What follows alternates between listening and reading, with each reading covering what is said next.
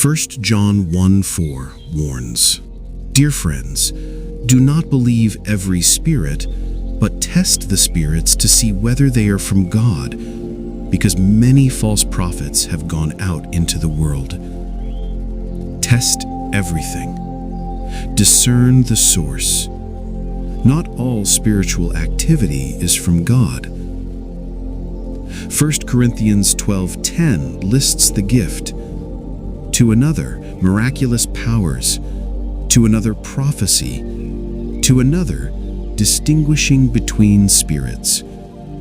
Distinguishing between spirits. Recognizing the source.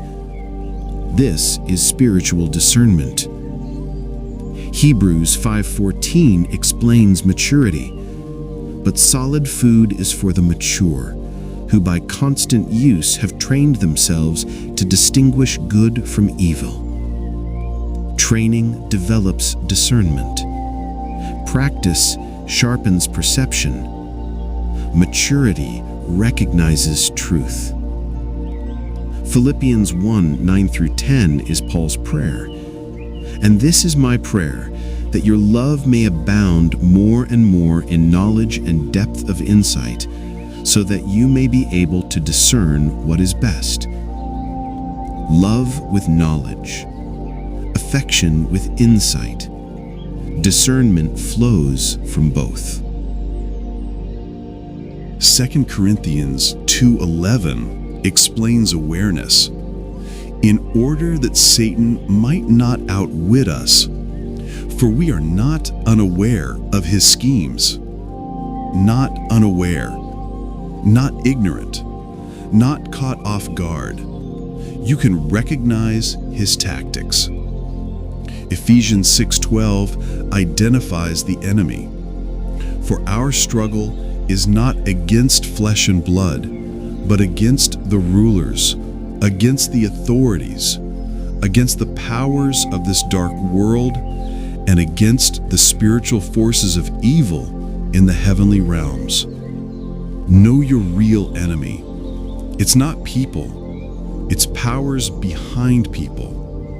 1 Peter 5:8 warns, "Be alert and of sober mind. Your enemy, the devil, prowls around like a roaring lion, looking for someone to devour." Alert, sober, watchful. The enemy seeks vulnerable targets. John 10:10 contrasts sources. "The thief comes only to steal and kill and destroy. I have come that they may have life and have it to the full." Destruction comes from the enemy. Life comes from Jesus. The fruit reveals the source.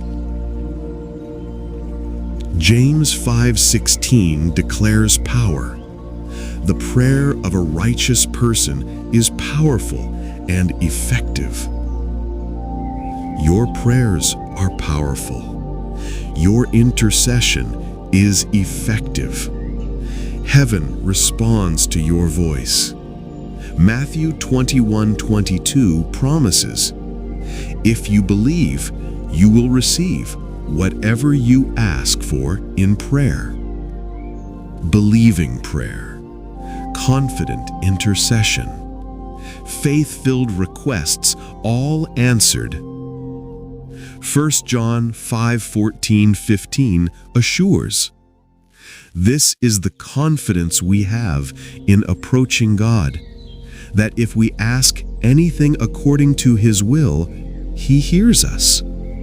And if we know that He hears us, whatever we ask, we know that we have what we asked of Him." He hears. You know He hears. Therefore you have what you asked. Mark 11:24 teaches, "Therefore I tell you, whatever you ask for in prayer, believe that you have received it, and it will be yours." Believe you have received. Present tense faith. Future manifestation guaranteed. Ezekiel 22:30 reveals God's search. I looked for someone among them who would build up the wall and stand before me in the gap on behalf of the land, so I would not have to destroy it. But I found no one. Stand in the gap, build up walls, intercede for others. This is warfare prayer. Isaiah 59:16 says, "He saw that there was no one. He was appalled that there was no one to intervene, so his own arm achieved salvation for him, and his own righteousness sustained him." When no one intercedes, God himself steps in. But he's looking for human partners. 1 Timothy 2:1 instructs, "I urge then, first of all, that petitions, prayers, intercession, and thanksgiving be made for all people." Intercession for all, prayer covering everyone, standing in the gap for nations. Romans 8:26-27 encourages, "In the same way, the Spirit helps us in our weakness. We do not know what we ought to pray for, but the Spirit himself intercedes for us through wordless groans. And he who searches our hearts knows the mind of the Spirit, because the Spirit intercedes for God's people in accordance with the will of God." The Spirit intercedes through you. Your groans carry heaven's language. Your prayers align with God's will. Matthew 17:21 teaches, "But this kind does not go out except by prayer and fasting." Some battles require fasting. Some victories demand sacrifice. Prayer with fasting multiplies power. Isaiah 58:6 describes God's chosen fast. "Is not this the kind of fasting I have chosen? To loose the chains of injustice and untie the cords of the yoke? To set the oppressed free and break every yoke." Fasting breaks chains. Sacrifice loosens yokes. Denial unleashes freedom. Joel 2:12 calls, "Even now, declares the Lord, return to me with all your heart, with fasting and weeping and mourning." Wholehearted return. Fasting demonstrates seriousness. Heaven responds to desperation. Acts 13:2-3 shows the early church. While they were worshiping the Lord and fasting, the Holy Spirit said, "Set apart for me Barnabas and Saul for the work to which I have called them." So after they had fasted and prayed, they placed their hands on them and sent them off.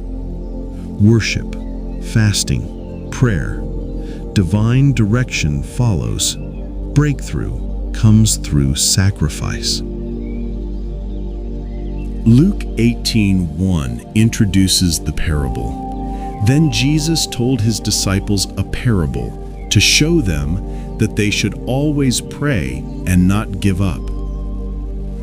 Always pray, never quit.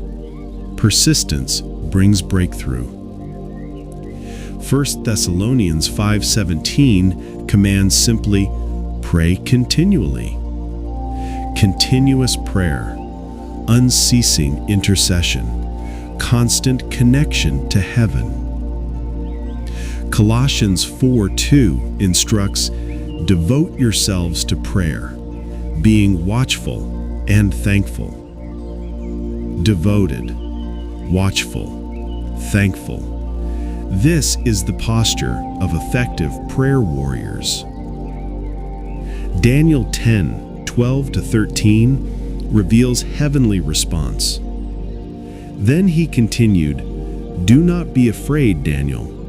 Since the first day that you set your mind to gain understanding and to humble yourself before your God, your words were heard, and I have come in response to them. But the prince of the Persian kingdom resisted me 21 days. Your prayers were heard day 1. Breakthrough may take time. Keep praying. Angels are fighting. Proverbs 2:6 promises, "For the Lord gives wisdom. From his mouth come knowledge and understanding." Wisdom from God, knowledge from his mouth, understanding from heaven. James 1:5 assures, "If any of you lacks wisdom, you should ask God, who gives generously to all without finding fault, and it will be given to you." Ask for wisdom. God gives generously.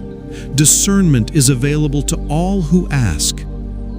1 Corinthians 2:14 through 15 contrasts spiritual perception. The person without the Spirit does not accept the things that come from the Spirit of God, but considers them foolishness and cannot understand them because they are discerned only through the Spirit. The person with the Spirit makes judgments about all things, but such a person is not subject to merely human judgments. Spirit-led discernment, supernatural perception, divine insight into all situations. As you move forward, sharpen your discernment. Test every spirit. Recognize the enemy's tactics. Pray with authority. Stand in the gap for others. Fast when battles intensify. Persist when breakthrough delays. Ask for wisdom constantly. You are not walking blind. The Spirit guides you into all truth. Your prayers shake heaven. Your intercession changes nations. Your discernment protects you and others. Walk as a warrior who sees in the Spirit and prays with power.